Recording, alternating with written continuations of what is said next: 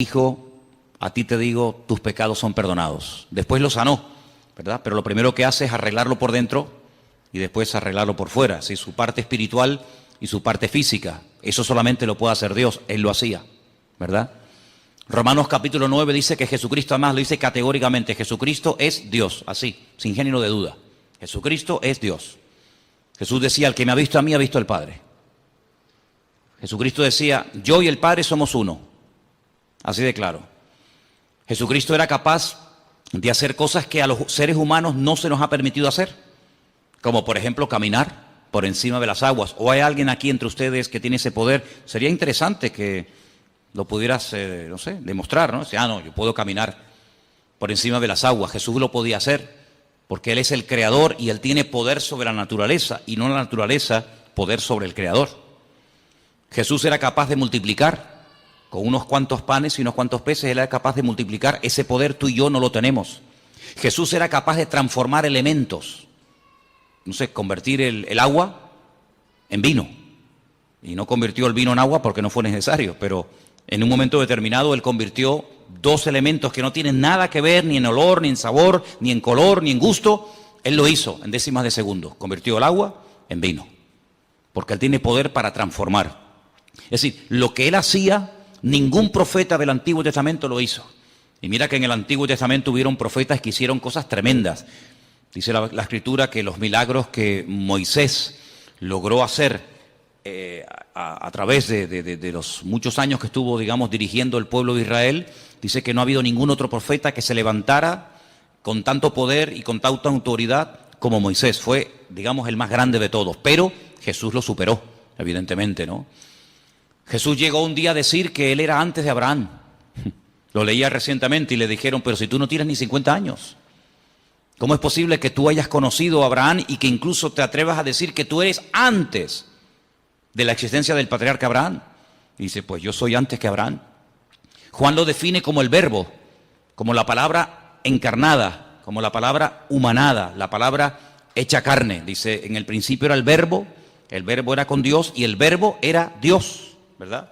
Entonces vemos al Señor Jesucristo con atributos divinos, capaz de perdonar pecados, caminar por encima de las aguas, transformar elementos, multiplicar panes y peces, etcétera, etcétera. Capaz de leer los pensamientos de la gente. Dice, ¿por qué caviláis contra mí en vuestros corazones? Sí, lo vemos en un cuerpo que come, que respira, que incluso murió, que tuvo que resucitar, que sudaba, que sangraba, etcétera, pero nunca dejó su divinidad. Evidentemente, como ser humano estaba tremendamente limitado. Ahora, ¿qué es lo que ocurre? En aquellos tiempos, y vamos a leer ahora un poquito, en aquellos tiempos los agnósticos decían que lo que tiene que ver con la materia, lo que tiene que ver con el cuerpo es malo, es negativo. Y por eso ellos incluso se flagelaban y se torturaban porque decían que todo lo que tiene que ver con la materia, todo lo que tiene que ver con el cuerpo es malo. Los griegos llegaron a decir que la cárcel que encierra el alma es el cuerpo. Por eso muchos de ellos menospreciaban el cuerpo. Sin embargo, la Biblia dignifica el cuerpo del ser humano, tanto el del hombre como el de la mujer, evidentemente, ¿no? Llega incluso a declarar que el cuerpo físico, material del ser humano es el tabernáculo, es el templo donde Dios ha decidido vivir. Dios a lo largo de la historia decidió vivir en diferentes lugares. En un momento de la historia decidió vivir en una carpa, en un tabernáculo, en el desierto, portátil, ¿no? Que se levantaba y se volvía a montar rápidamente. Y Él decidió vivir como todo el pueblo. Ustedes viven en carpa, yo quiero otra para mí. Cuando el pueblo entra a la tierra prometida y pasan de ser peregrinos en el desierto y comienzan ya a construir sus casas, Él dice, constrúyame otra para mí. Yo quiero poner mi gloria entre mi pueblo, ¿verdad? Pero ya no está ni en un tabernáculo, en una tienda de campaña portátil, ni en un templo. Pero dice, pero ahora yo estoy en cada uno de ustedes, porque ahora he decidido morar, he decidido vivir en los corazones de aquellos hombres y mujeres que han puesto su vida en mis manos. ¿Se dan cuenta? Entonces, lo que vamos a ver en esta tarde es muy interesante porque las expresiones que emplea aquí el apóstol Pablo son tremendas. Ahora comentábamos, Elena y yo en casa ayer o hoy a la mañana, la Biblia es un libro tremendamente profundo, sin lugar a dudas, pero yo creo que no hay términos en nuestro idioma, por lo menos, lo suficientemente profundos como para aclarar quién verdaderamente era el Señor Jesucristo. Porque nuestro idioma es un idioma muy limitado. Por eso quiero explicar lo de las versiones. A veces ustedes habrán notado, el domingo pasó, no sé si se dieron cuenta, el domingo pasó que la lectura que se leyó en la iglesia, lo que se ponía en la pantalla, a veces no coincidía exactamente las mismas palabras con la persona que estaba leyendo. ¿Por qué? Porque en español, como en muchos idiomas, hay muchas formas de decir una cosa. Entonces depende del autor, depende del traductor, podemos decir de una forma o podemos decir de otra forma. Estamos diciendo lo mismo, pero no habla igual un venezolano con colombiano, no habla igual un canario con catalán, no habla igual un boliviano que un argentino. O sea, hay diferentes expresiones, todos hablan el mismo idioma, pero cada pueblo, cada cultura, cada lugar, cada momento de la historia, pues tiene expresiones que van cambiando. El idioma no es algo muerto, el idioma es algo vivo, va cambiando de generación en generación. Cada cierto tiempo, pues la Real Academia Española tiene que introducir palabras y tiene que introducir términos que hoy en día son normales, pero que en la época de nuestros padres o de nuestros abuelos esas palabras ni existían. Es que ni existían, ni se sabía lo que era eso. Sin embargo, hoy en día hay que dar una definición, hay que dar una aclaración a palabras que se usan todos los días, pero que en aquellos tiempos, repito, ni existían. Entonces a veces hay que, entre comillas, inventar. Incluso a veces nosotros en nuestro idioma hemos adoptado palabras de otro idioma. En la informática ni te cuento. La informática está llena de términos que son ingleses, son términos que no son españoles, pero que de alguna manera ya forman parte de no sé, software. Tantas palabras, no vamos a estar ahora perdiendo el tiempo en eso, pero tantas palabras que todo el mundo o mucha gente sabe lo que significan, pero que sin embargo hasta hace pocos años la gente no entendía. Entonces por eso no es lo mismo coger una Biblia del siglo XIX que leer una Biblia del siglo XXI. El mensaje es el mismo, pero la forma de clarificar el mensaje evidentemente va cambiando y hay que adaptar el lenguaje a los tiempos, ¿no? Entonces, cuando el apóstol Pablo decide escribir una carta a nuestros hermanos, a la iglesia local de los hermanos de Colosas, pues ahí había unos problemas particulares que curiosamente a lo largo de la historia se han ido repitiendo. Entonces, en los apuntes que ustedes han recibido en esta tarde, perdonen la letra tan pequeñita, yo sé que algunos dirán, madre mía, yo esto no lo veo.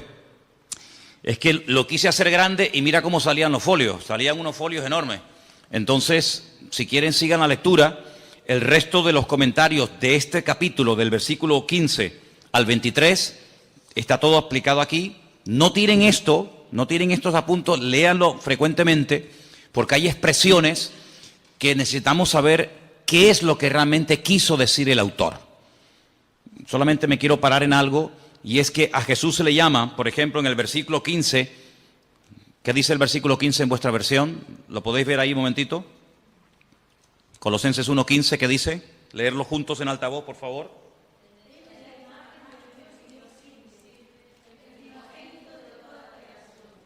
La semana pasada definimos un poco el tema de lo que era imagen, ¿se acuerdan? Hablamos de la imagen, la semejanza. Dijimos que son términos que no tienen nada que ver con el aspecto físico de una persona. Toar es la palabra que se emplea cuando se quiere hablar de apariencia, de forma, de figura. Pero cuando la Biblia habla de que hemos sido creados a imagen y semejanza de Dios, no significa que físicamente el hombre se parece a Dios. Nada que ver, en absoluto. Se refiere a sus atributos, se refiere en cuanto a sus características. Es un ser inteligente, capaz de razonar, de pensar, de tomar decisiones. Por eso Dios le daba órdenes al ser humano y nunca le dio órdenes y mandamientos y estatutos y preceptos a los animales, ¿verdad? Porque la capacidad de razonar del hombre evidentemente es superior a la de cualquier animal.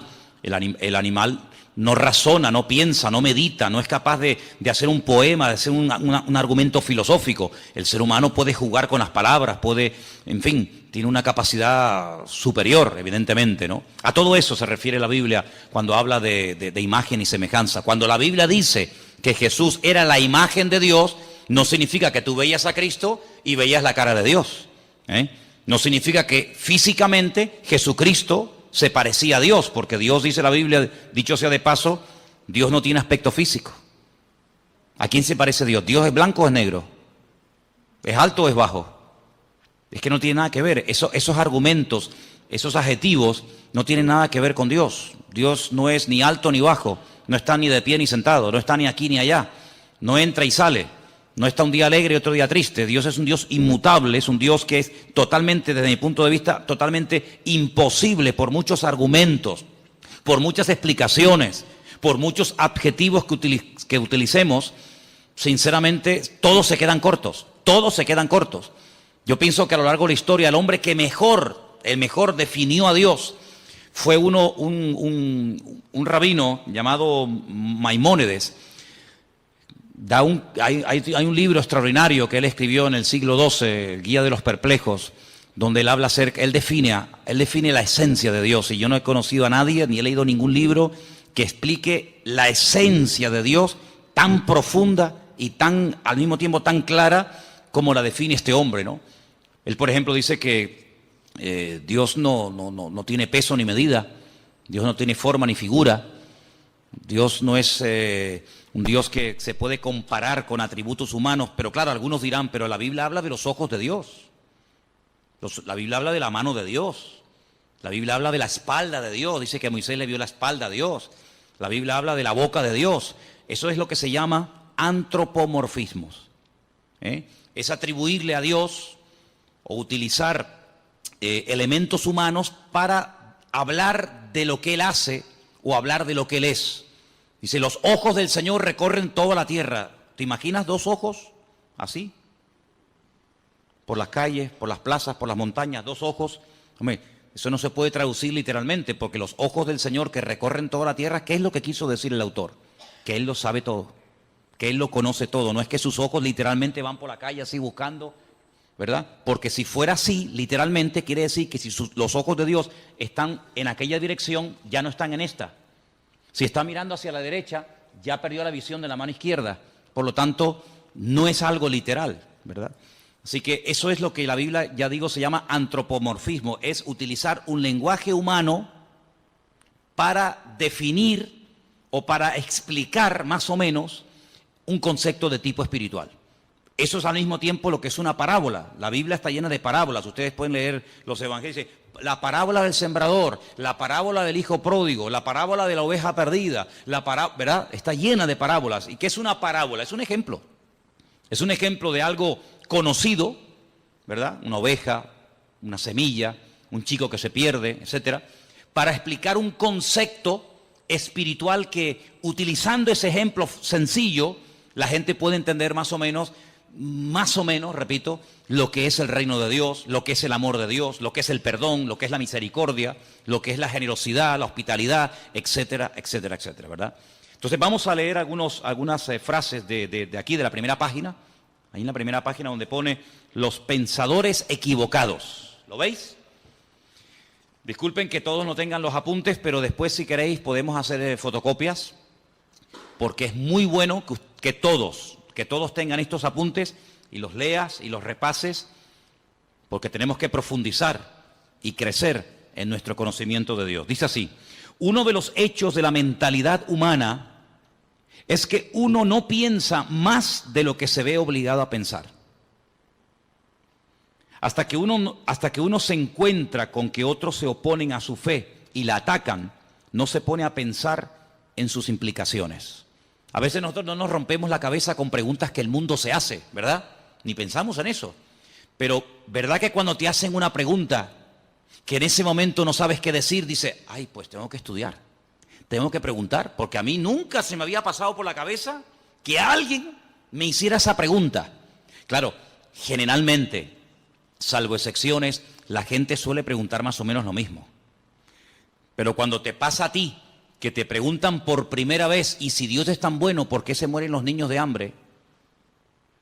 Yo, ¿qué le digo? ¿Qué le digo? ¿Verdad? O si Dios es tan bueno, ¿por qué permite tal y tal otra cosa? Entonces, a veces es bueno que nos hagan preguntas que en el momento no sabemos qué decir o qué responder, para que eso nos lleve a buscar de Dios. ¿Estamos de acuerdo? ¿Me estáis mirando a mí o estáis mirando a los que entraron? Estáis mirando aquí, ¿verdad? Bien, perfecto. Hasta que la iglesia se vio confrontada con alguna herejía peligrosa, no empezó a darse cuenta de las riquezas de la ortodoxia. Es característico del cristianismo que siempre puede producir nuevas riquezas para hacer frente a una nueva situación. Es bueno que en algún momento de tu vida alguien, un amigo, un vecino, un familiar o quien sea, te haga una pregunta que tú digas, mira, sinceramente en este momento no tengo ni idea qué decirte. Y tienes que acostumbrarte a decir, en este momento no sé qué decir. Déjame que estudie, déjame que prepare, déjame que pregunte, etcétera. Pero no pienses que todo lo que te va a preguntar la gente vas a tener la respuesta inmediata. De hecho, ustedes saben que hay unas chicas en la Biblia que eran las famosas, en su día hablé de ellas, ¿no? Las hijas de Zelofajat, que vinieron un día a Moisés y le hicieron una pregunta a Moisés, el gran varón de Dios, y Moisés dijo, tengo que orar, tengo que consultar con el Señor, porque ni Moisés en ese momento sabía qué responderle a estas chicas. ¿Qué te parece? Preguntas que ningún hombre jamás le había hecho a Moisés. Estas chicas se atrevieron a hacerla a Moisés y lo dejaron con la boca abierta, no sabía ni qué responder. Pero bueno, vamos a seguir adelante. Cuando Pablo le escribió a los colosenses, no estaba pensando en el vacío. Se puso a escribir, como ya hemos visto en la introducción, habla de los capítulos anteriores, para salir al paso de una situación bien definida. Escuchen, había una tendencia de pensamiento en la iglesia primitiva que se llamaba el gnosticismo. Sus seguidores, los gnósticos, lo que quiere decir poco más o menos los intelectuales o los librepensadores, estaban insatisfechos con lo que consideraban la ruda sencillez del cristianismo y querían convertirlo en una filosofía que pudiera estar en línea con los otros sistemas filosóficos del tiempo. Es decir, para algunas personas nuestra fe es tan sencilla que no les cabe en la cabeza. En aquella época los filósofos, y en Atenas estaba lleno de filósofos. Cuando Pablo fue allí, madre mía, se encontró con los que ustedes pueden encontrar en el libro de los Hechos, con los atenienses, los estoicos, los epicúreos, toda aquella gente que para decir que estos blancos daban 40 vueltas y preguntaban y preguntaban y preguntaban. Pues cuando empezó el cristianismo a difundirse y a extenderse el evangelio por todo el mundo conocido, pues estos gnósticos no daban crédito a que todo fuera tan fácil y todo fuera tan sencillo. Ellos querían complicar las cosas. Por eso Pablo tiene que escribir muchas cartas para responder y debatir correctamente a esta gente, ¿no? Ahora bien, Dios es espíritu y por lo tanto absolutamente bueno y la materia absolutamente mala, según decían ellos. De ahí que se deducía que el Dios verdadero no podía tocar la materia y por lo tanto no era el agente de la creación. Así es que los gnósticos creían que Dios había producido una serie de emanaciones, cada una más lejos de Dios que las anteriores, hasta que por fin hubo una lo suficientemente distante de Dios para poder tocar la materia y crear el mundo. Fíjese cómo se complicaba la vida a la gente. Ahora, hay no es una ciencia, porque realmente no es una ciencia, es muy difícil definir realmente lo que es, pero la Cábala o la Kabbalah, que es una interpretación mística de la Biblia, ellos tienen lo que se llama el árbol de la vida, que consiste en una serie de digamos como de emanaciones, una serie de puentes, una serie de estaciones entre Dios y el hombre. Ponen el ejemplo de decir, bueno, imagínense que ahí en las Caletillas hay una estación eléctrica, ¿sí o no? Todo la hemos visto. Esa estación eléctrica produce 1.000.000 de vatios. Y salen cables de la estación eléctrica de Caletillas, pues a todas partes, incluido llegan aquí a Santa Cruz. La luz que está entrando en este momento en este salón no es 1.000.000 de vatios. Si aquí entrara 1.000.000 de vatios, salimos todos por los aires, todos reventaríamos. Si pusiéramos ahí un micrófono, una guitarra, un teclado a la pared y le sale 1.000.000 de vatios, pegaría una explosión que saldría al edificio por las nubes. Entonces, ¿qué es lo que hacen? Por el camino van poniendo transformadores y van bajando de 1.000.000 a 100.000, de 100.000 a 50.000, de 50.000 a 20.000, de 20.000, y así van bajando y van como bajando la potencia para que cuando llegue al hogar de cada uno de nosotros, todos nuestros aparatos funcionan a 220. Entonces, lo que sale de la estación central no es lo que nos llega a la casa. Es una mínima parte de lo que sale. Siempre tiene que salir más de lo que llega. Si sale a 220, no nos va a llegar a nosotros a 1.000.000, pero a la inversa sí.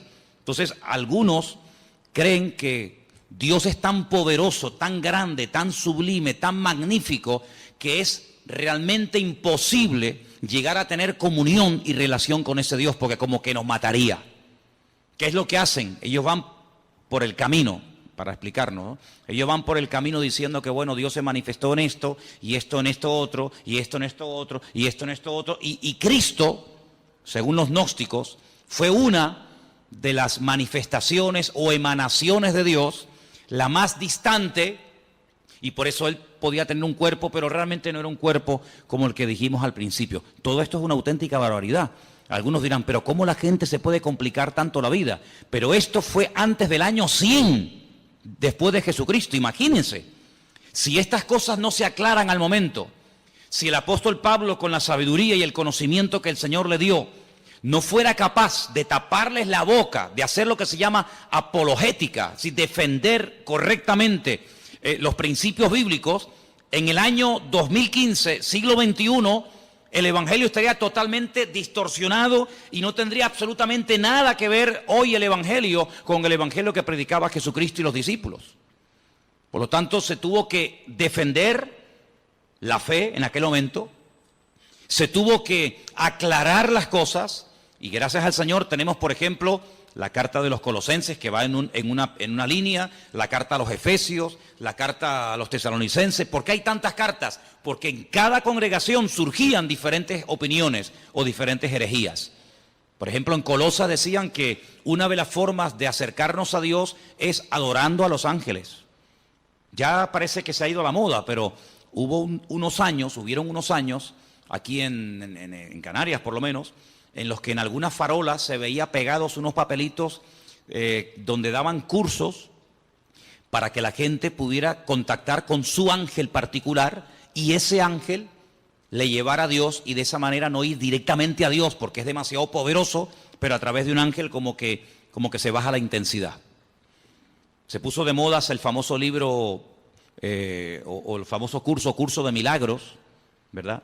Donde la gente podía, entre comillas, producir con una serie de técnicas y con una serie de historias sus propios milagros, autosanarse, autoliberarse, y ahí surgieron buenos pensamientos, la famosa nueva era, donde ellos dicen que el hombre es como un ser que tiene dormido, tiene como atrofiado una serie de valores, una serie de capacidades que el pecado ha apagado, pero que con una serie de clases y de principios y de no sé qué y no sé cuánto, ya no hace falta ni ir al médico ni que nadie ore por ti, sino que tú te puedes autosanar, porque tú eres una especie como de Dios en miniatura, una especie de ser tremendamente poderoso pero atrofiado, apagado, dormido, porque el pecado te ha, digamos, dormido esas capacidades espirituales, y bueno, y la gente se complica la vida de una manera con tal de no ir a Dios, con tal de no buscar al Señor, son capaces de buscarlo donde sea.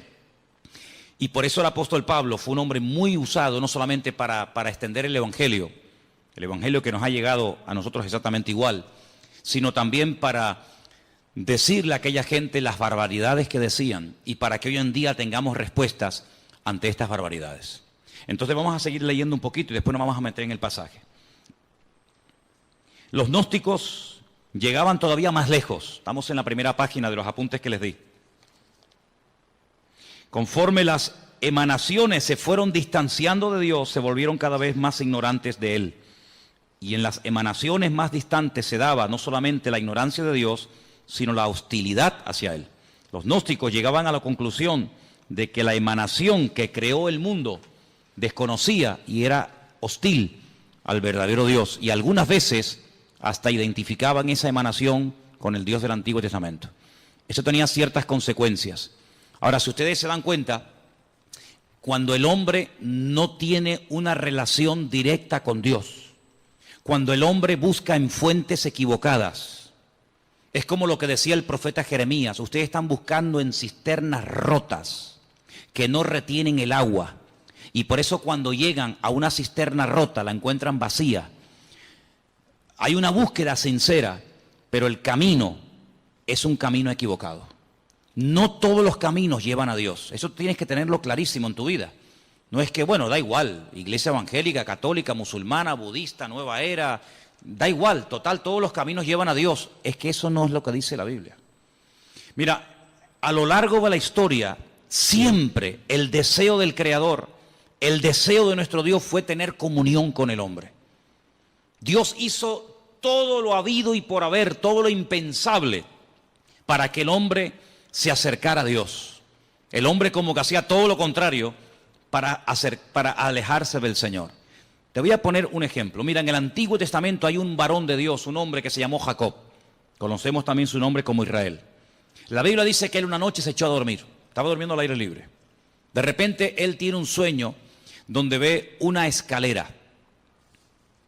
Una escalera que tiene la parte de abajo en la tierra y la otra punta, al otro extremo de la escalera está en el cielo. Él dice que ve ángeles que suben y que bajan. No dice que bajan y suben, sino ángeles que suben y bajan. Él entiende en ese sueño, que es muy profundo para decirlo así en breves palabras, él entiende que el cielo se quiere acercar al hombre. Él entiende que el Creador quiere volver a tener comunión con el hombre. El hombre la cortó, el hombre se desconectó de Dios. El hombre se independizó de Dios, para que me entiendan. Porque cuando Dios creó al hombre, lo creó con la capacidad de rebelarse, de separarse de su Creador. ¿Por qué Dios lo hizo así? Solo Dios lo sabe. Pero una de las razones elementales y básicas de por qué Dios le permitió al hombre rebelarse contra su Creador es por una sencilla razón. Porque Dios no quiere amor a la fuerza. Si tú no me amas, yo no te voy a obligar a que lo hagas. Si tú no me quieres servir, yo no te voy a obligar a que me sirvas. Si tú no quieres estar conmigo, yo no te voy a obligar a que estés. Yo te voy a crear con la capacidad de rebelarte, con la capacidad de distanciarte de mí. Y el hombre utilizó esa capacidad como ser perfecto que era, porque si no tenía esa capacidad, luego no es perfecto. El hombre utilizó ese libre albedrío, esa capacidad y se desconectó de Dios.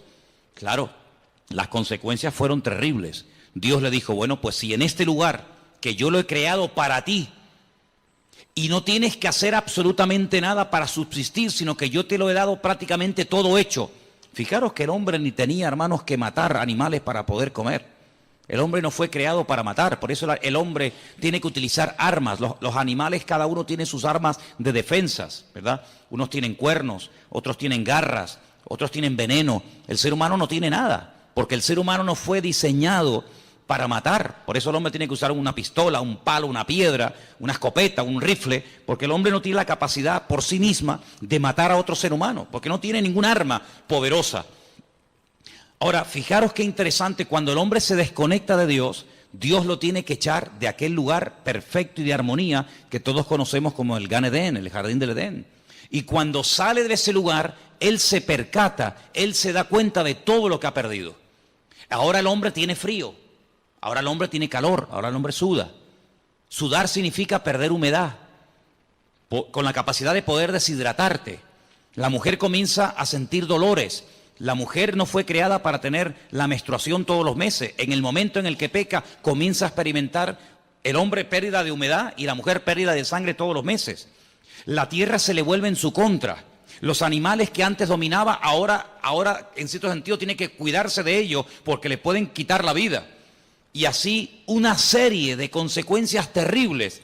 Pero a pesar de eso, Dios no se desentendió de la raza humana. Dios no dijo, bueno, ustedes no quieren estar conmigo, ahí se quedan. Sino que el hombre sigue, permítame la expresión, detrás del hombre, buscando al hombre. Les habla a través de Noé, pasan de Noé. Les habla a través de Abraham, pasan de Abraham. Les habla a través de José, pasan de José. Les habla a través de la ley de Moisés, pasan de la ley de Moisés. Y así a lo largo de la historia, hasta que personalmente Él se humana, Él se encarna y viene, dice, y habitó entre nosotros y vimos su gloria. Bueno, ya después de tantas manifestaciones del amor de Dios y de tantas oportunidades, el hombre habrá entendido que no se puede esconder de Dios. ¿Qué es lo que hacen? Matan a su hijo, creyendo que de esa manera ya Dios va a cesar en esa ansia, en ese anhelo de buscar constante y permanentemente al hombre. Nada más lejos de la realidad. Lo matan. Y el Padre dice en Romanos capítulo 8 que a través del poder de su Espíritu Santo resucita a su Hijo al tercer día. Luego la muerte no acabó con Cristo, la muerte fue el inicio de una etapa nueva, donde ahora ya no va a estar bajo la ley de un antiguo pacto, sino la ley de un nuevo pacto. Vienen los apóstoles, vienen los discípulos, vienen los padres de la iglesia, a lo largo de la historia, siglos y siglos y siglos y siglos. Dios continuamente buscando al hombre.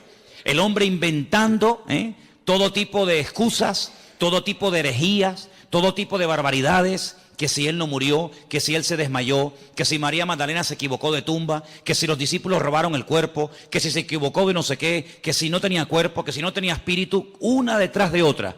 Pero sin embargo Dios, en el anhelo y en el deseo de buscar al hombre, hoy en día sigue tocando y llamando a la puerta de los corazones. ¿Para qué? Para tener comunión, para tener relación contigo y tú con él. Y de esa manera poder descubrir el propósito de tu existencia. Y no pasar por esta vida sin saber qué hago, a qué me dedico, a dónde voy. Sino que sepas en todo momento por qué el Señor permitió que tú nacieras y que tú existieras y que tú estuvieras en este planeta un periodo muy corto de tiempo, muy corto, porque la vida es algo tremendamente efímero, algo tremendamente corto, que pasa así y cuando te das cuenta, ¡pum!, se te fueron tus 80, tus 90 años. Pero el objetivo no es vivir en esta tierra por la eternidad, sino prepararnos para retornar al Creador y tener este tiempo como una especie de escuela, de preparación para lo que realmente es la vida verdadera, que es la vida eterna en la presencia del Señor. ¿Se das cuenta? Entonces, el diablo ha intentado por todos los medios, habidos y por haber, cegar. Que la ignorancia sea la tónica habitual del ser humano. Que no lea la Biblia, que no se acerque a Dios, que se acerque a otras cosas, que tenga todo tipo de experiencias y de sensaciones, menos la búsqueda sincera y genuina de buscar a Dios. Pero vemos en la palabra de Dios que el hombre sigue y sigue y sigue y sigue rebelándose contra el Creador, pero todos aquellos que le reconocieron, les dio el derecho de tener un título que solamente llegó a tener un pueblo en la tierra, y es la de ser llamados hijos de Dios. ¿Cuántos dicen amén? Así que ya Dios no podía hacer nada más. Ahora, vamos a seguir leyendo un poquito más adelante los apuntes que les he dado, porque hay una expresión que se usa que se ha mal interpretado hasta el punto de decir, y te dicen, no, es que la Biblia lo dice, que Jesucristo, escuchen bien porque esto es muy sutil y ustedes tienen que tenerlo muy claro, que como Dios sabía que el hombre iba a pecar, porque Dios lo sabe todo de antemano antes de que ocurra, ¿sí o no? Dios es omnisciente, todo lo sabe, nada le sorprende. Ya Dios había creado en un principio, antes de la creación del universo, a Jesucristo. Y lo tenía como preparado, lo tenía como reservado, para que cuando el hombre pecara, como nada podía redimir al hombre del pecado, sino solamente a través de la sangre incontaminada y limpia y pura del Señor, pues ya Él lo tenía preparado desde antes de la fundación del mundo para que muriera por nosotros. ¿No se pueden ustedes imaginar la cantidad de gente que cree eso? Que Jesucristo es el Salvador, que murió por nosotros, que resucitó en una cruz, que Él ascendió a la diestra de Dios Padre, que volverá, que reinará, todo eso, pero con algo muy sutil, y es que dicen que Jesucristo no es Dios, sino que Jesucristo es un ser creado. Eso significa, como una vez un señor vino aquí y lo tuve que expulsar de la iglesia, porque eso es una auténtica herejía, que si Dios creó a un arcángel que luego se rebeló contra el Señor y que conocemos hoy en día con el nombre de Satanás, que en un principio no era Satanás sino Luzbel, ¿verdad? Ese lucero, significa que si Dios lo creó a él y creó también a Jesús, hay un parentesco, porque son hijos del mismo Padre, tanto uno como otro, y ahí no le permití que siguiera adelante, sino dijo, no, lamento mucho, si usted cree en eso, si usted cree que estos dos son hermanos, esto se acabó. Hasta ahí no le permitimos. Y lo tuvimos que decir que se fuera. Pero él estaba totalmente convencido que así como Adán y Eva tuvieron un hijo bueno y un hijo malo, uno llamado Caín y otro llamado Abel, Dios también tuvo un hijo bueno llamado Jesucristo y tuvo un hijo malo llamado Satanás. Fíjate tú las barbaridades a las que llega la gente, ¿no? ¿Y de dónde sacaba eso? Del versículo 15, donde dice que Él fue el primogénito de la creación. Amigo. Pero fijaros qué interesante, porque un poquito más abajo, en el versículo 18, vuelve a aparecer la palabra primogénito. Versículo 18 dice, Él es la cabeza del cuerpo, que es la iglesia. Él es el principio, ¿el qué? ¿Primogénito de qué? De entre los muertos. Mira, mi pregunta es, ¿Jesucristo fue realmente la primera persona en la historia que resucitó? ¿Sí o no? ¿Sí? No sé, ustedes sabrán, yo estoy preguntándole a ustedes. ¿La primera persona que resucitó fue Lázaro? ¿Sí? Bueno. No sé, ustedes sabrán. No, porque yo he leído el Antiguo Testamento y he visto que, por ejemplo, Elías resucitó a una persona en el Antiguo Testamento. Entonces hay gente que resucitó antes de Lázaro, y antes de la viuda de Naín, y antes de aquella chica a la cual el Señor le dijo, Talita Cumi, a niña, a ti te digo, levántate y anda. Luego, tanto en el Antiguo como en el Nuevo Testamento, hay personas que resucitaron antes de Jesucristo. ¿Por qué dice que Él es el primogénito de entre los muertos? No es el primogénito de entre los muertos en el sentido de que Él no fue el primero en resucitar. Luego, si la palabra primogénito entre los muertos no significa, y esto quiero que lo dejemos bien claro, si la palabra primogénito entre los muertos no significa que Él fue el primero en resucitar, si volvemos al versículo 15, la palabra primogénito de toda la creación tampoco puede significar que Él fue el primero en ser creado. ¿Sí o no? Miren, cuando uno interpreta la Biblia, y aquí dimos en su época una clase de hermenéutica, hace mucho tiempo que se grabó y no se pueden imaginar hasta el día de hoy, cada día prácticamente, recibimos correos en la iglesia de gente de todo el mundo que han visto ese curso de hermenéutica que yo en mi vida me pensé que iba a ser tan seguido y de tanta utilidad para tanta y tanta gente. Se llama así, curso de hermenéutica. Lo tienen ahí ustedes en YouTube, en la Biblia, que lo grabamos aquí. Una de las reglas de la hermenéutica es una ciencia que se enseña en las escuelas bíblicas, en los seminarios, para ayudarte a interpretar correctamente los textos bíblicos. Si usted no puede interpretar la Biblia a su manera, usted no puede interpretar la Biblia desde un punto de vista únicamente judío, únicamente evangélico, únicamente católico, ateo, no. Usted tiene que interpretar la Biblia según unos parámetros, según unos principios generales e universales, para que usted no saque conclusiones equivocadas. Por ejemplo, cuando estudiamos, no me voy del tema, pero quiero dejar bien claro esto, porque hay gente aquí que está empezando a venir a la iglesia, y hay gente aquí que lleva años en la iglesia, y a todos ustedes tienen que tener bien claro que todos leemos la misma Biblia, pero lógicamente una persona que está empezando a leer la Biblia por primera vez en su vida, no tiene a lo mejor el conocimiento, la base que tiene una persona que lleva toda la vida leyendo la palabra de Dios, que ha oído un montón de estudios, que ha hecho cursos, etcétera, etcétera. Tiene unas bases, ¿verdad?, para interpretar la Biblia completamente diferente. ¿Sí o no?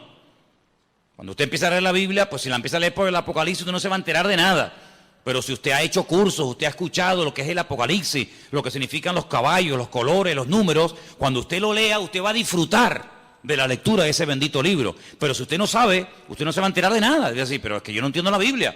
Por eso hay gente que a veces dice, mira, yo he leído la Biblia y yo no la entiendo. Hombre, claro, si llevamos a un niño el primer día a la escuela y le van a enseñar a multiplicar y a dividir, el niño probablemente no va a querer ir más, porque se va a aburrir. Pero el niño aprende jugando. El niño aprende disfrutando con los colores, con el trencito, con las canciones, y así va aprendiendo, ¿verdad?, de una forma sencilla y progresiva y gradual. Cuando vamos a la palabra de Dios, nos encontramos que hay expresiones que no se pueden interpretar literalmente. Una de ellas es la que estamos viendo. Jesucristo es, porque Él está diciendo, Jesucristo es esto, Jesucristo es esto, Jesucristo es esto y esto. Y una de las cosas que Pablo dice que es Jesucristo es el primogénito de entre los muertos. Pero ya les acabo de mostrar que Él no fue la primera persona en la vida, en la historia, que resucitó. Por lo tanto, no puede significar el primogénito de entre los muertos, no puede traducirse como, él fue el primero que resucitó. No, Jesucristo no fue el primero en resucitar. Mira, Lázaro, no resucitó Jesucristo a Lázaro. Si Cristo resucitó a Lázaro, ya Cristo no fue el primero en resucitar, sería en todo caso Lázaro. Bien, por la misma regla de tres, si usted empieza a interpretar unos textos y usted se encuentra la misma expresión, pero versículos antes, como por ejemplo en el versículo 15, dice primogénito de la creación. Bueno, pues primogénito de la creación significa que él fue el primer ser creado. No lo puede traducir así. Vamos a leer según este comentario, según los apuntes que ustedes tienen ahí, qué puede significar esta expresión y después la vamos a clarificar. Estamos casi al final de la página 2, página 766, donde pone lo que Jesucristo es en sí mismo, ¿lo veis? Aquí abajo. En este pasaje, Pablo dice dos cosas importantes acerca de Jesús. Ambas en respuesta a aquella gente de los gnósticos de aquella época. Los gnósticos habían dicho que Jesús no era más que uno entre muchos intermediarios y que por muy glorioso que fuera, era solo una revelación parcial de Dios. Pablo dice que Jesucristo es la imagen del Dios invisible. Colosenses 1:15. Usa aquí una palabra y una figura que despertaría toda clase de memorias en las mentes de los primeros lectores. La palabra eikon, en griego, e imagen en su traducción correcta. Ahora bien, como señala este autor, una imagen puede ser dos cosas que se confunden entre sí. Puede ser una representación, pero una representación, si es lo bastante perfecta, puede ser también una manifestación. Cuando Pablo usa estas palabras, establece que Jesús es la perfecta manifestación de Dios. Para comprender cómo es Dios, tenemos que mirar a Jesús. Yo le digo a la gente, ¿usted quiere conocer a Dios? ¿Quiere saber cómo piensa, cómo siente, cómo es Dios? Tienes que conocer a Jesús. A Dios llegamos a través de Cristo. Si usted no conoce a Cristo, es imposible que usted conozca a Dios. Porque Dios se manifestó, Dios se reveló a través de Jesucristo. Hebreos capítulo 1 que dice, Dios habló a lo largo de la historia a nuestros padres de muchas formas y de muchas maneras, pero en los postreros días ha hablado a través de Cristo. Si usted conoce a Cristo, usted no va a tener ninguna duda de cómo es Dios. Cuando usted conoce a Cristo, escuche bien lo que le digo, cuando usted conoce el corazón del Señor, cómo es el Señor, usted no va a tener que estar todo el santo día preguntando, esto es bueno, esto es malo, lo puedo hacer, no lo puedo hacer, puedo ir, no puedo ir, lo digo, no lo digo, lo miro, no lo miro. Cuando usted conoce al Señor, usted sabe perfectamente lo que le agrada a Dios y lo que no le agrada. Usted no va a tener que tener un perro policía todos los días a su alrededor para decirle, no, eso no se hace, no, eso no se dice, no, eso no se toca, no vayas para acá, no vayas para allá. Eso al principio está bien, pero llega un momento en el que tú ya conoces tanto al Señor, que tú ya sabes hasta lo que le gusta al Señor. ¿Quiénes son las personas que necesitan todo el día una sombra? ¿Quiénes son las personas que necesitan todo el día una persona que le diga, no, eso está mal? Las personas que no conocen a Dios. Cuando tú conoces al Señor, ya no hace falta que estén todo el santo día detrás tuyo, porque tú ya sabes, porque el Señor que mora en ti da testimonio a tu espíritu de lo que está bien y de lo que está mal. Los que están empezando y los que llevamos ya tiempo en las cosas del Señor, podemos decir por experiencia que hay momentos, desde que hemos comenzado a conocer o a interesarnos en conocer al Señor, hay momentos en los que sin nadie decirnos nada, cosas que habíamos hecho durante toda la vida, ahora resulta que las vas a hacer y tú dices, no sé, me siento raro, ya no me gusta. Cosas que antes te volvían loco, ahora dices, ya no tienen para mí ningún atractivo. ¿No te ha pasado eso? Dime la verdad. Amigo, porque el espíritu que tienes dentro de ti tira hacia las cosas del Señor y hay como como una alarma que te dice, eso no está bien. Nadie lo sabe, nadie te ha visto, pero el Señor que mora en ti ya comienza a hablarte. Si tú esa voz la cultivas, no la apagas, no la ignoras, sino si tú esa voz, esa sensación, por decirlo así, tú le prestas atención cada día, tú vas a ser más sensible a lo que tienes que ser y nada sensible a lo que no tienes que ser sensible. ¿Cuál es el problema del ser humano en reglas generales? Que a veces somos tremendamente sensibles en cosas que nos tenían que dar lo mismo.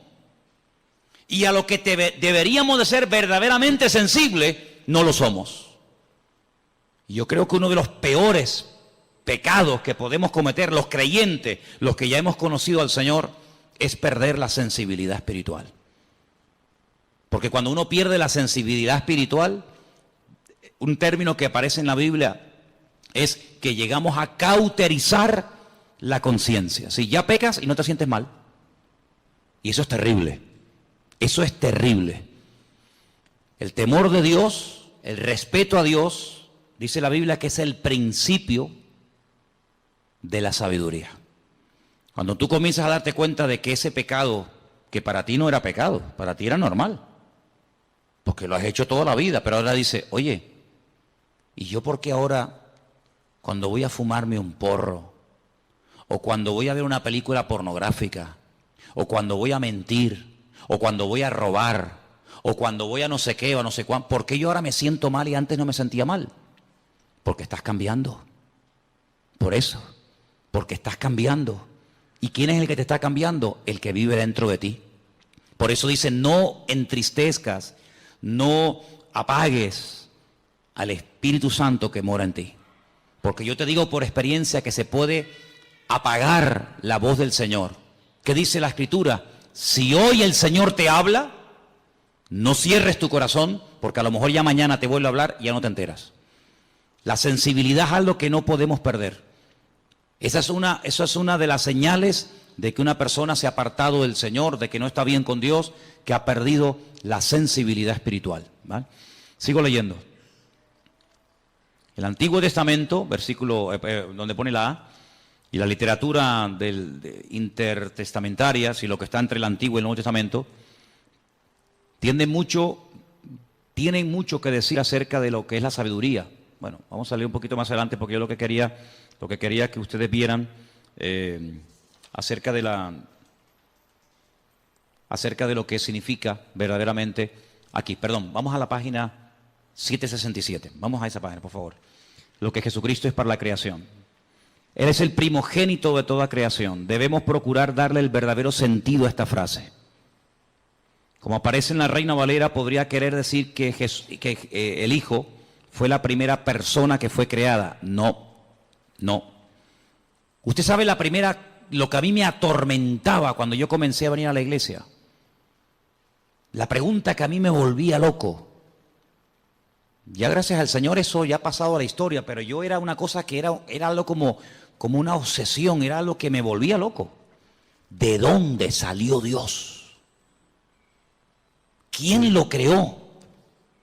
Yo daba para atrás, marcha atrás, ¿no? Iba para atrás, iba Jacob, Abraham, Noé, Adán, iba para atrás. O sea, ¿de dónde salió Dios? ¿Quién lo creó? Claro, más loco me volvía si yo decía, bueno, lo creó fulano de tal. Otra vez volvemos al lío. Y a fulano de tal, ¿quién lo creó? Era algo increíble. ¿Quién te puede explicar? Yo no soy capaz de hacerlo. ¿Quién te puede explicar que a Dios no lo ha creado nadie? Que Dios siempre ha existido y siempre existirá. ¿Quién te puede explicar eso? Yo no. ¿Sabes cómo se acepta eso? Por fe. Señor, yo no sé todas las respuestas, pero yo solamente sé una cosa, que tú existes y tú eres mi Dios. ¿Quién le puede a usted explicar el concepto que los cristianos llaman Trinidad? Padre, Hijo y Espíritu Santo. ¿Quién le puede a usted explicar eso? Que si el huevo, que si el agua, que si la metes en la nevera se hace un cubito de hielo, que si la pones al fuego se evapora y si la bebes es líquida. Sí, son 3 elementos. ¿Quién le puede a usted realmente explicar todo eso? Por eso Dios nos ha dado un regalo maravilloso. Yo sé que hay gente que este regalo no lo tienen. Y por eso yo le agradezco a Dios que a muchos de los que estamos aquí, Dios nos ha dado ese regalo. ¿Saben cuál es? La fe. Hay gente que tiene fe en el curandero. Y creen con todo su corazón que ese sinvergüenza, que te pide dinero, que se inventa respuesta, que se inventa que tu marido tal, que tu hijo no sé qué, que siempre dicen lo mismo. Hay gente que tiene una fe ciega en eso y hasta pagan dinero. Nosotros no tenemos necesidad de ir por esos derroteros ni por esos caminos, porque estamos totalmente convencidos de que Dios es un Dios que existe y es un Dios verdadero. Yo sé que Jesucristo siempre ha existido. Claro, en nuestra mente humana todo tiene un principio, todo, absolutamente todo. Y aparentemente todo tiene un final, pero en Dios, en Jesucristo, en su Espíritu no hay ni principio ni fin. Siempre han existido. Es más, Pablo dice que todo lo que existe fue creado por Él, para Él y por medio de Él. ¿Cuántos dicen amén? Claro, el mundo se puede reír, el mundo puede cuestionarse. Pero bueno, hermano, que digan lo que quieran. Yo sé en quién he creído. Y yo sé que el Señor no fue creado, sino que el título primogénito de la creación, como vamos a ver ahora, esto es lo que significa. Ahí lo tenemos, al final de la página. El primogénito de toda creación. Perdón, estamos aquí. Debemos procurar darle el verdadero sentido. Como aparece en la Reina Valera, podría creer o querer decir que el Hijo fue la primera persona que fue creada, pero en el pensamiento hebreo y griego, la palabra primogénito, que está ahí entre paréntesis, no tiene más que un sentido temporal muy indirecto. Hay que notar dos cosas. Primogénito es muy corrientemente un título de honor.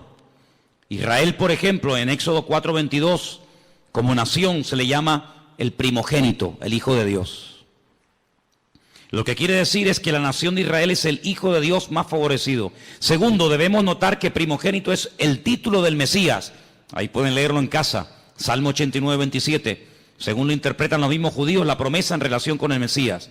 Es decir, la palabra primogénito es un título.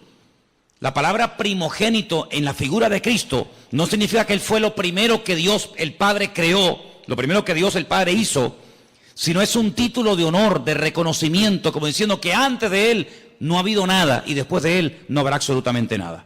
Esto hay que estudiarlo con tranquilidad, en profundidad. ¿Por qué? Porque si, por ejemplo, usted tiene, no sé, la oportunidad o ha tenido la oportunidad de hablar con un testigo de Jehová, ellos dicen que creen en Jesucristo, pero como un ser que fue creado, no como un ser eterno, no como Dios, no como dice la Escritura, Emmanuel, Dios con nosotros, sino como un ser, ya digo, que fue creado, como fue creado los ángeles, como fue creado el sol, la luna, las estrellas, etcétera, etcétera.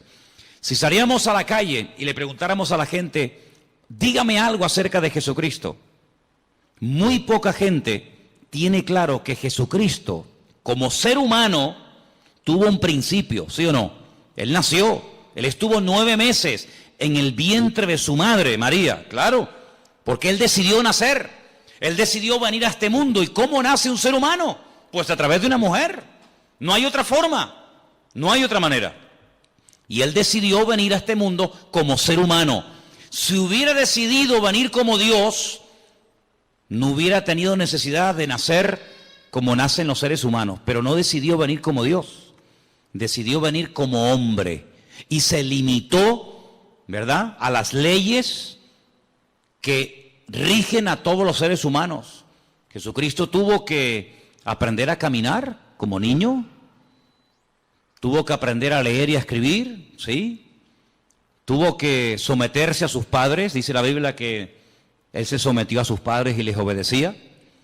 Y como ser humano vivió una vida totalmente normal. Fíjense qué normal era el Señor, que en el jardín de Getsemaní, cuando uno de sus discípulos decide traicionarlo, decide venderlo, si hubiera sido un ser tremendamente llamativo, con una aureola, con una luz especial, no hubiera sido necesario que Judas, a los que venían a prenderle, les dio una señal. ¿Cuál fue la señal? ¿Cuál fue la clave que indicó a los que venían a prender al Señor que ese era el Señor? ¿Cuál fue? El beso, el famoso beso de Judas, ¿no?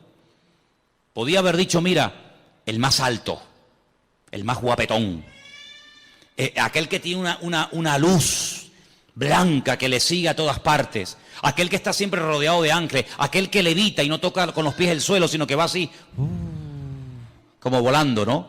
No, era tan normal tan normal, que hasta Judas tuvo que decir, tengo que darle un beso, porque pasa desapercibido delante de todas las personas. Porque el atractivo realmente del Señor no era el aspecto físico, sino era la esencia de lo que Él era y de lo que Él verdaderamente había venido a hacer a este mundo. Y nosotros tenemos que profundizar en nuestro conocimiento del Señor. Por eso animo a los que están empezando que lean los evangelios. Tenemos 4. ¿Cómo se llaman? Mateo, Marcos, Lucas y Juan. Ahí ustedes van a encontrar cómo hablaba, cómo reaccionaba cuando lo criticaban, cómo pensaba, cómo se movía en medio de sus enemigos, cómo trataba a los niños, a las mujeres, cómo trataba a sus discípulos, cómo era intolerante frente al pecado, pero tremendamente misericordioso y compasivo ante gente que había caído, pero que les daba la oportunidad de rehacer su vida. Y ahí en los evangelios encuentras a Cristo como ser humano, pero también como un Dios perfecto, humanado, limitado entre nosotros, pero que nos amó tanto que se dejó matar. Ahora, el concepto tal vez más profundo de lo que Él es, el concepto más maravilloso de todos los que rodean a Dios, podemos decir que Dios es santo, ¿sí? Podemos decir que Dios es justo, podemos decir que Dios es bueno, en fin, podemos decir un montón de cosas, ¿sí o no? Pero el concepto del amor de Dios, ¿tú lo entiendes? Es impresionante, ¿no? Porque generalmente los seres humanos tenemos la tendencia, me imagino que ustedes también, de seleccionar, ¿no? Cuando tú dices, bueno, hay ¿cuántos? 100. Como que dentro de esos 100 hay un pequeño grupo más cercano a ti y los otros sí están ahí, pero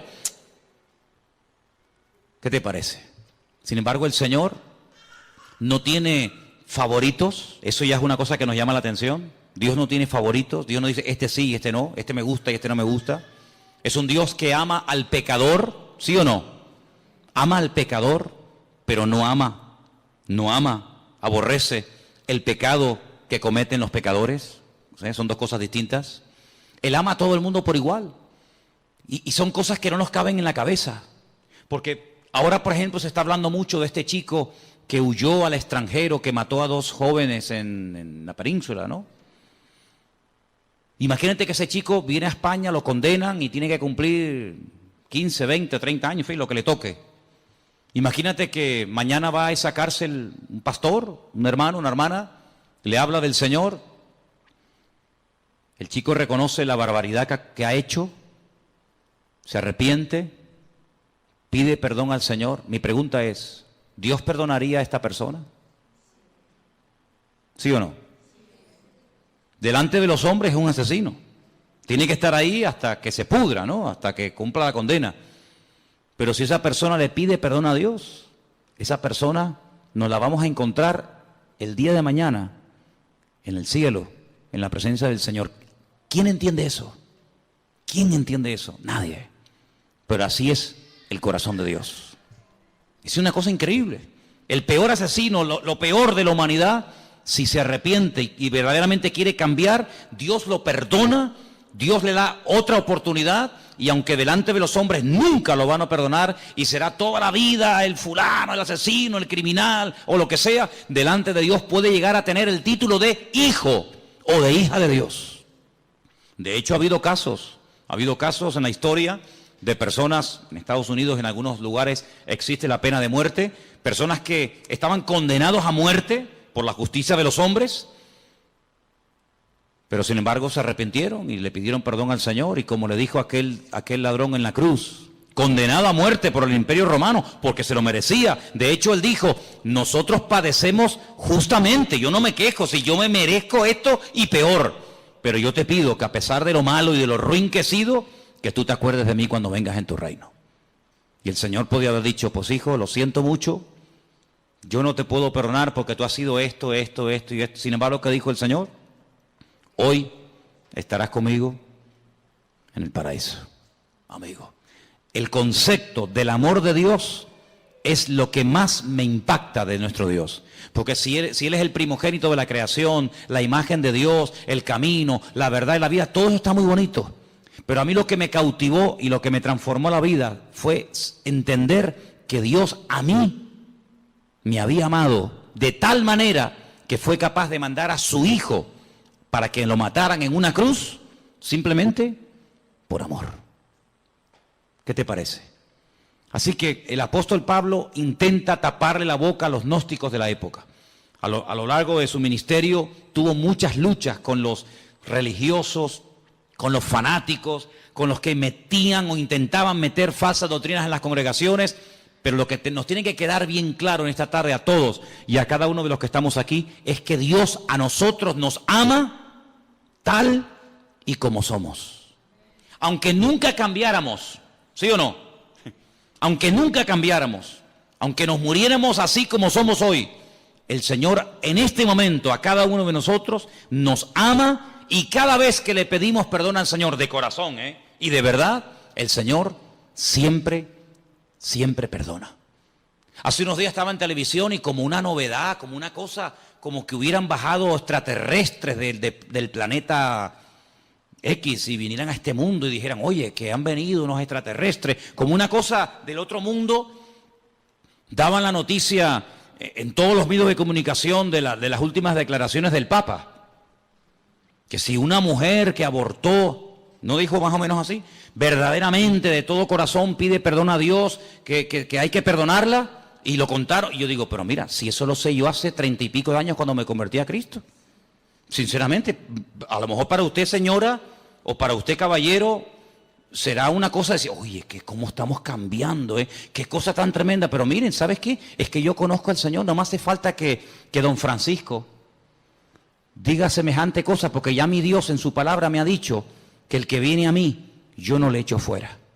Da igual si ha abortado, da igual si ha asesinado, da igual si ha matado con ganas o sin ganas, queriendo sin querer, me da igual. En la palabra de Dios encontramos que si hubiéramos pecado, primero de Juan capítulo 1 dice, si hubiéramos pecado, abogado tenemos para con el Padre, a Jesucristo el justo. Y la sangre de Jesucristo nos limpia de todo pecado. Por lo tanto, a mí no me causa ninguna sorpresa diciendo, ¡ay, qué maravilla! Pero si la maravilla hace 2000 años ya la dijo Él.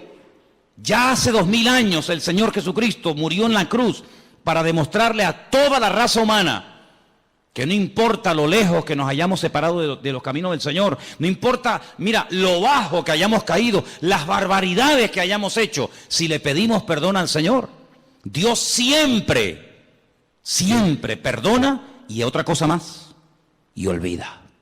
¿Cuántos dicen amén? El Señor a nosotros no nos dio la capacidad de olvidar las cosas malas que nos hacen. Una cosa es que no nos domine, una cosa es que no me quite el sueño, una cosa es que no esté ahí continuamente amargándome la existencia, y otra cosa es que yo olvide. Si usted me pega ahora a mí una patada y usted me pide perdón y yo te perdono, oye, yo te perdono, pero yo no puedo olvidar que tú me pegaste una patada, y además si se me quedó un moretón y si me tuvieron que escayolar, pues menos todavía. Pero hay una característica tremenda, que un Dios todopoderoso diga y declare categóricamente, y Él no miente, que cuando Él perdona, Él olvida al mismo tiempo. Como diciendo, yo nunca te voy a echar en cara, nunca te voy a reprochar lo que me hiciste o me dejaste de hacer, lo que dijiste o dejaste de decir. Solamente hay un ser en todo el universo que es capaz de amarnos y de soportarnos como Él, y Él se llama Jesucristo, Rey de Reyes y Señor de los Señores. Así que conociendo al Señor, te vas a terminar enamorando de Dios. Y quiero terminar diciendo algo. Léanse todos estos apuntes porque son muchos y hay que leerlos con detenimiento y estudiarlos. Pero déjeme que le diga solamente una cosa, y lo he dicho en varias ocasiones, que el Señor, que nosotros nos hayamos enamorado del Señor, ¿no es lógico? ¿Sí o no? Imagínate que llega una persona esta noche a tu casa, tú no lo conoces de nada, y te dice, ¿me podrías poner en un papel todo lo que tú debes? Sí, póngame todo lo que usted debe. Pues mira, debo el coche, debo 5 letras del coche, ¿no? Alguno, ¿no? Debo la hipoteca de la casa, me quedan no sé cuántos años por pagar la hipoteca. ¿Qué más? Pues hombre, no sé, debo... Muy bien, pónmelo todo en una lista. ¿Cuánto suma esto? Lo que sea, toma, ahí tiene usted el dinero. Y así, en cuestión de segundos, ya no debes nada al banco ni a nadie. ¿Te gustaría? ¿Sí o no? Algunos son muy espirituales y dicen, no, no, hermano, yo oro al Señor. Vale, muy bien. Entonces usted no es espiritual, usted es bobo. ¿Estás enfermo? ¿Te duele algo? Y llega esta persona y te dice, ¿dónde te duele? Pues mira, tengo un dolor aquí. Te pone la mano encima, ora por ti y nunca más te vuelve a doler eso. Oye, ¿tú no le tomarías aprecio a esa persona? Lógico. Cuando tienes un problema no lo buscarías a él o a ella porque te ha ayudado tanto que, oye, mira, ¿me podrías venir un momentito que te quiero hablar contigo? Me pasa esto, me pasa lo otro. ¿Quién no se puede encariñar? ¿Quién no puede apreciar, respetar? No digo enamorarse, pero respetar a una persona así, cualquiera. Bueno, pues en cierto sentido, eso es lo que el Señor hace continuamente con nosotros. Nos sana, nos fortalece, nos levanta cuando caemos, nos anima. A veces permite, fíjate lo bueno que es y lo sabio que es, que cuando ve que nos estamos un poquito medio apagando, medio quedando atontados, permite ahí una pequeña prueba, una pequeña cosita, ¿no? Y, ay, tal, ay, Señor, ayúdame. Y el Señor dice, sí, dime, aquí estoy contigo. Fíjate lo bueno que es, que podría decir, bueno, ya no quieres orar, pues nada, no ores. Pero Él dice, le voy a poner una piedrita en el zapato, para que le haga una llaguita. Ay, Señor, mira que me salió una llaguita, sí, dime qué quieres que haga. Señor, que me sana, ahí está, pum, la sanidad. ¿Quién no se enamora de un Dios así? ¿Sí o no? A todos nos ha pasado. Pero lo que yo quiero preguntarles ahora, ¿qué vio Él en nosotros para enamorarse de nosotros? Porque ¿cómo no me voy a enamorar de un Dios que tiene estas y más características? Quiera. Pero ¿qué vio el Señor en ti y en mí? Cuando a veces una persona que te ama te dice, qué ruinito que eres, ¿eh? ¿No te han dicho nunca eso? Qué malo que eres. Cuando quieres ser malo, eres malo, ¿eh? Cuando quieres ser buena, mira que eres agradable, ¿eh? Pero el Señor, a pesar de nuestras debilidades y defectos, Él nos ama. Hermanos, amemos también nosotros al Señor. Y sirvámosles con alegría, sirvámosles de todo corazón, porque es un privilegio el ser llamados hijos de Dios. Y quiero terminar pidiéndoles que hagan una reflexión. Imagínense que en esta noche supiéramos, es una hipótesis, no es real, pero imagínense que supiéramos que en este momento en la Plaza de España, allá abajo en pleno corazón de Santa Cruz, hay 8 o 10 mil personas sin hogar, sin agua potable, sin comida, sin nada, y que hay cientos y cientos de niños, pues como los niños que tenemos aquí en la iglesia, que a veces entran, salen, el otro que canta, el otro que toca los palitos, Bueno, pues eso es lo que está pasando en este momento en Europa, donde hay miles y miles, millones de personas huyendo de países que están totalmente destrozados. Y yo me preguntaba hoy, digo, Señor, si nosotros al salir del culto en esta noche, sabiendo esa situación, no se nos ablanda el corazón, entonces que nosotros nos hemos convertido sin darnos cuenta en creyentes tremendamente teóricos. Me contaba Priscila ayer que miles de familias en una pequeña isla llamada Islandia se han ofrecido a las autoridades del país, al gobierno de dicho país, para dar acogida en su casa a personas que no tienen nada, que han huido con lo opuesto y que no tienen nada. Yo me preguntaba, ¿será que lo que llamamos el estado del bienestar, no lo llaman así a cómo se vive en Europa, el estado del bienestar? ¿No será que el hecho de que nadie nos haya perseguido nunca, porque a nosotros no nos ha perseguido nunca nadie? A ningún hermano nuestro lo han torturado en una cárcel, lo han crucificado, lo han decapitado. A nadie. Lo más que nos han dicho es un insulto, lo que sea, ¿No será que todo eso, sin darnos cuenta, se nos ha vuelto en nuestra contra? Y nos hemos hecho tremendamente cómodos e insensibles ante el dolor ajeno. Pues están en Hungría, hermano, están allí en Hungría, están en Grecia, están tan lejos. Pero yo pregunto, ¿seríamos capaces? Y me pregunto yo también estoy metido en el ajo. ¿Seríamos capaces nosotros de decir, pero ¿por qué tienen que estar ahí un montón de familias pasando frío y hambre? Cuando nosotros somos la sal de la tierra y la luz del mundo. ¿La luz para qué es? Dice el Señor, no es para ponerla debajo de la mesa, es para ponerla encima y que todos sean alumbrados con la luz del Evangelio, con la luz de los cristianos. ¿Seríamos capaces nosotros de decir, vénganse a vivir a nuestra casa? Tengo 3 habitaciones, nada más duermo en una, ¿para qué quiero 2 habitaciones vacías? ¿Seríamos capaces de traer una familia a nuestra casa? Si no somos capaces de reaccionar ante momentos de urgencia, nuestro cristianismo es simplemente una teoría. Es simplemente una teoría.